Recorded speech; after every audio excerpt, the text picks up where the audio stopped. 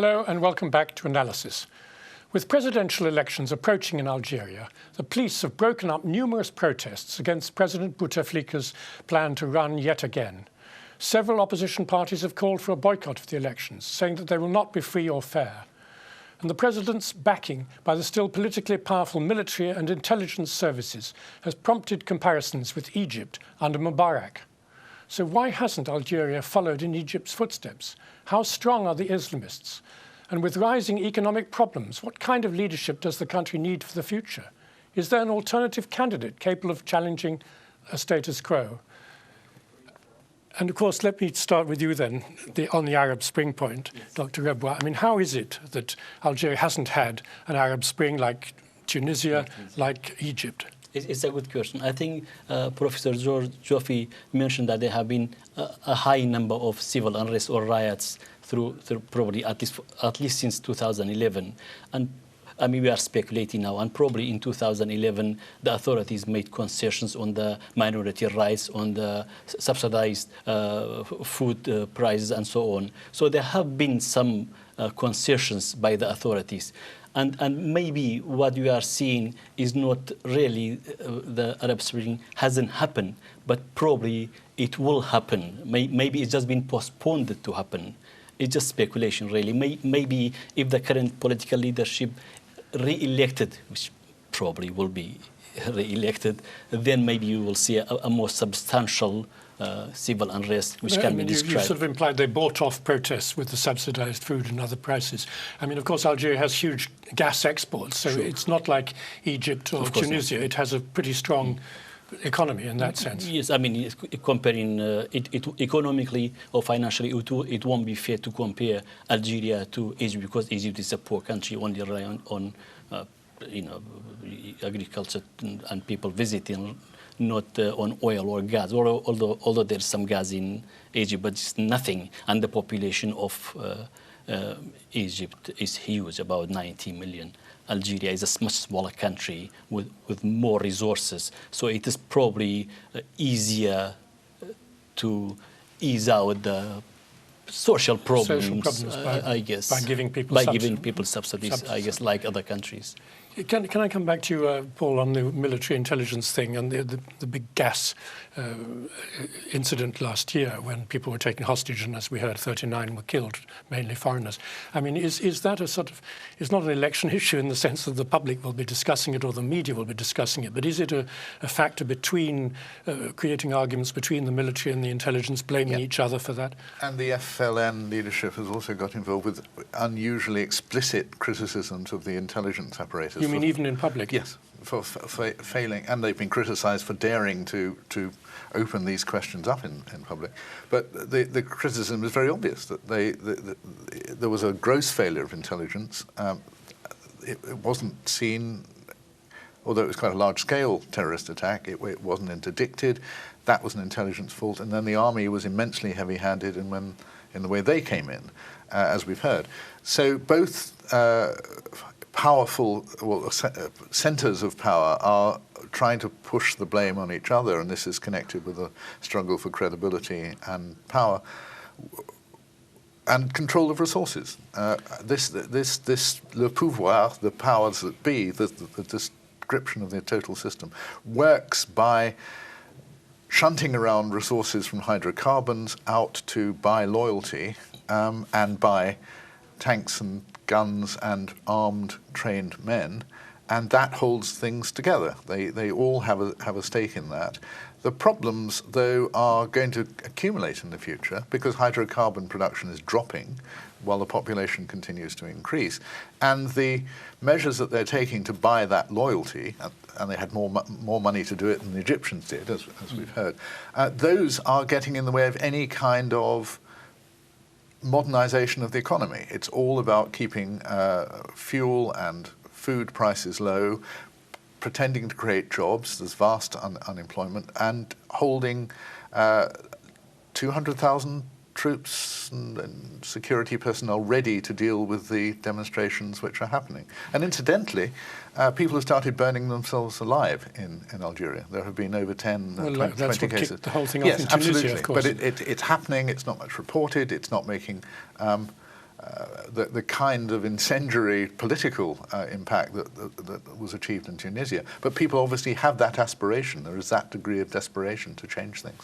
But George Joffrey, I mean, how much can be put into the public domain? I mean, do these opposition parties have newspapers or radio or anything where they can actually bring some of these issues out, even if, you know, the audience for it is quite marginal? And what about Facebook and social media?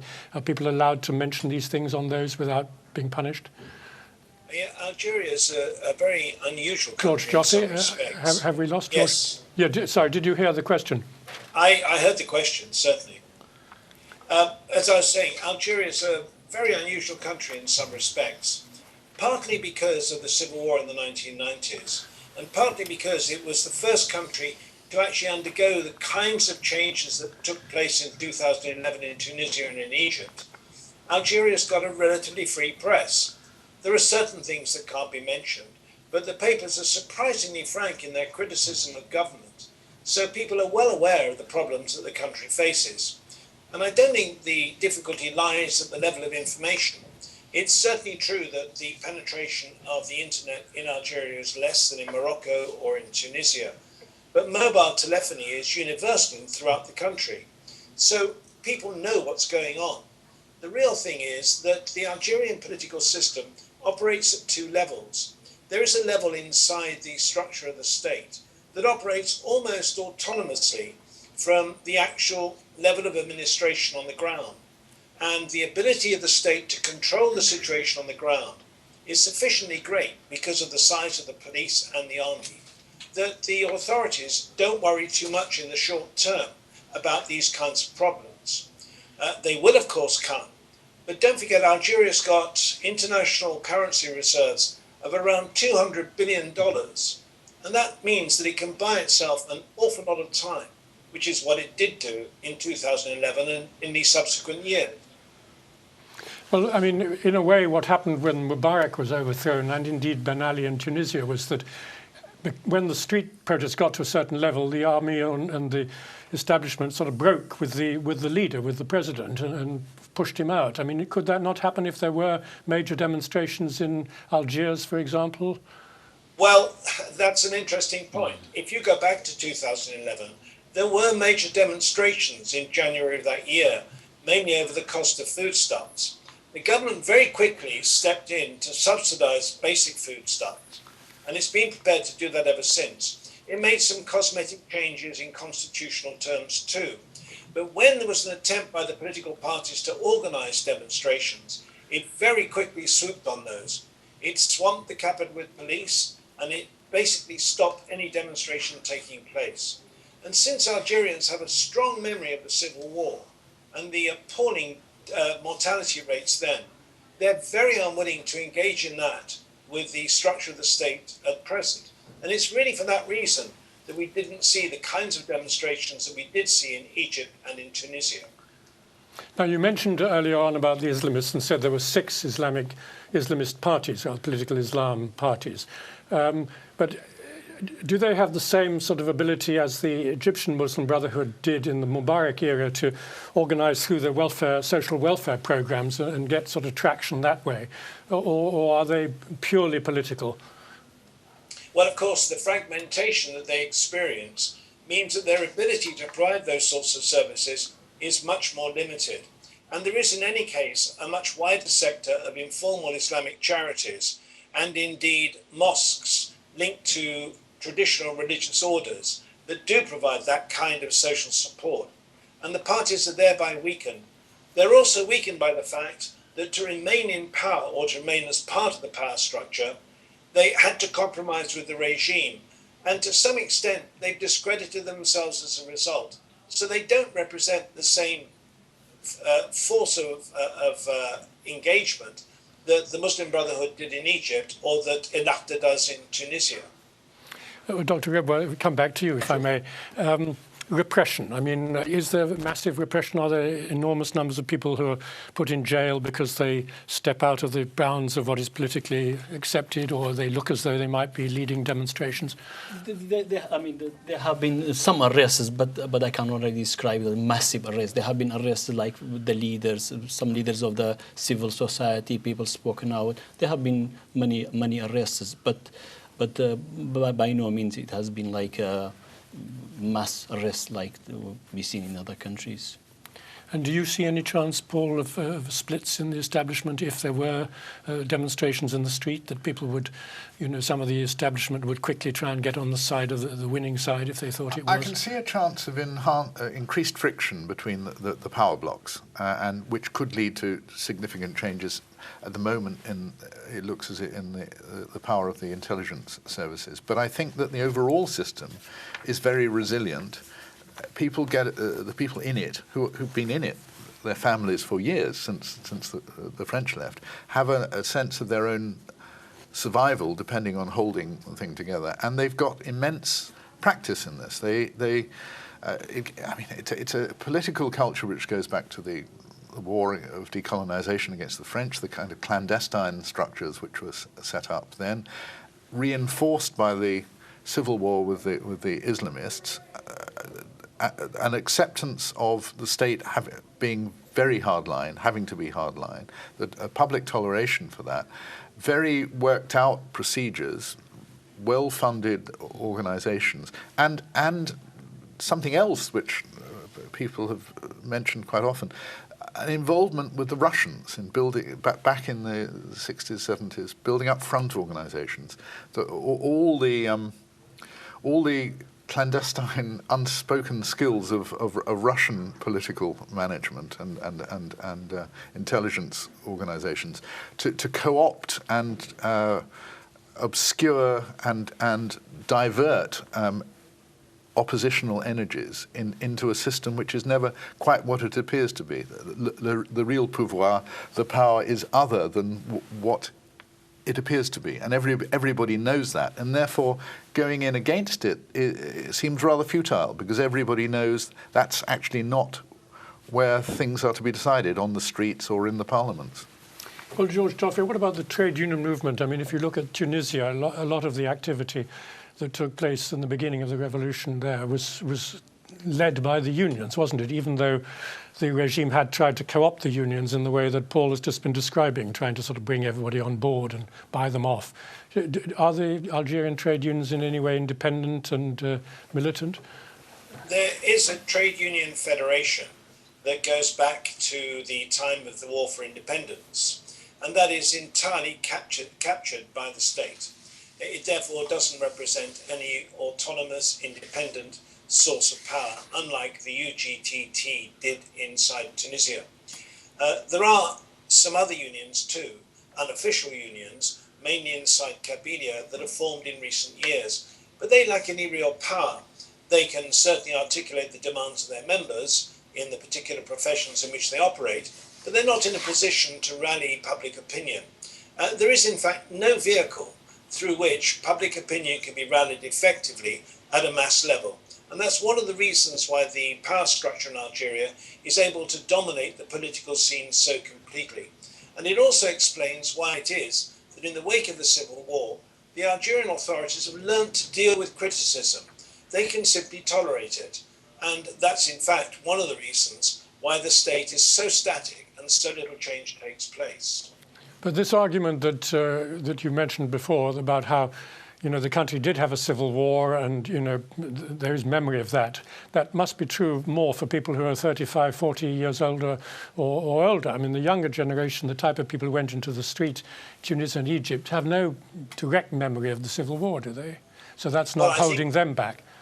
I think they do. Don't forget the civil war didn't end that long ago.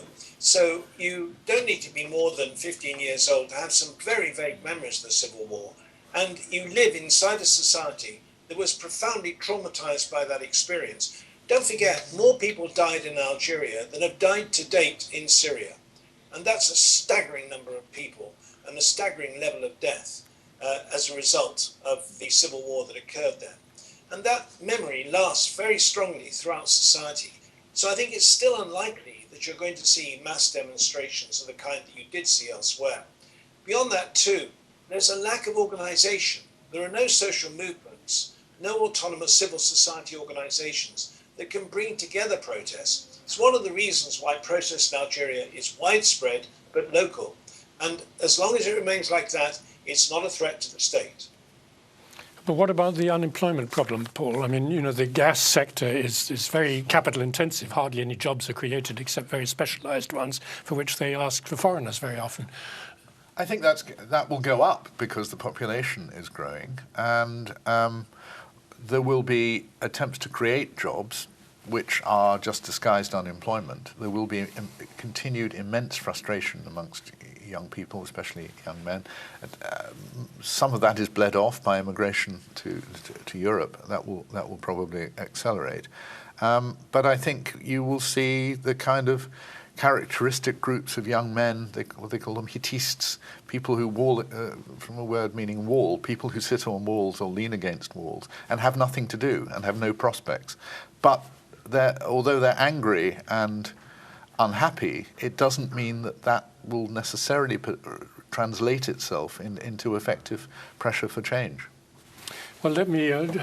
We're coming towards the end. Let me ask you all to look into the crystal ball. I mean, sure. Assuming Bouteflika is elected, which seems to be a safe assumption, assuming that he doesn't die in the next 5 years, which may not be such a clear assumption, will he serve his term out politically, or do you think there will be some sort of coup, revolution, revolt, uprising, Arab Spring, Algerian Spring, which will end his term before the next 5 years? Dr. Rebois. Yeah, sure. I think, if I bet, I'm not a betting man, I think I'll bet he will not finish his term in office. I mean, because of many factors. One of them is he is not going to appear publicly and he is not going to assert his power. But perhaps that's what all the power structure needs in Algeria. But whether a country can survive without a president, especially a country like Algeria, which have seen a very strong president in the past, and this man has been in power for many years. But again, people now hoping for change, and I think Morocco and Algeria are two countries we haven't seen changes. If that hope disappear for the people, no change, I might bet also on some sort of Arab Spring in Algeria. All right, Paul, let me put you on the spot with the same question. Will he last for the full 5 years? Biologically, I think no. But in terms of the constellation of power and policies that he represents, probably yes. And there may be growing discontent for all the reasons that we've mentioned, and there certainly are more guns around because of Libya. Weapons and explosives are probably more available. But I think that small explosions that might occur will be contained rigorously by the army, or some will say might even be deliberately induced by the army as provocations to justify their enhanced repression if things appear to be slipping from their grip. And George, the same question to you. Apart from the issue of ill health, do you think Bouteflika will last for the full 5 years of the next term? Well, there has been a scenario suggested inside Algeria, which is that the president should be re-elected, but he will stand down after 2 years or so in office. And that's certainly one possibility. I think it's much more likely that ill health will take care of the problem instead. But it's not really going to change what happens, because there'll simply be another placeman put in his place. The army and the DRS will no doubt collaborate in supporting that. And provided the interests of those who otherwise will be displaced from power are taken care of, nobody is really going to be in a position to alter that kind of outcome. So I think Algeria is going to be a case of delayed expectation. And it may just be that the Algerian authorities are clever enough to realize that change has got to come and to quietly allow it. And in that respect, it might be worth looking at Morocco next door, because this extraordinary thing about Morocco is that it has undergone change, but it's been change managed from the top. And it's been change that's been able to avoid some of the problems that we've seen elsewhere. And that could well happen in Algeria too. Otherwise, there is a social explosion coming. And when it comes, it will be very violent indeed.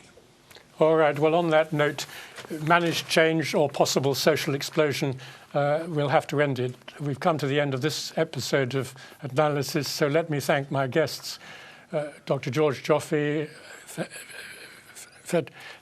Rebwa Fatah, Paul Schulte, for taking part, and thank you all for watching. Please tune in again for future discussions, and don't forget that you can keep up with our discussions by following us on Twitter at the address which you see below, and by following Islam Channel Current Affairs on Facebook.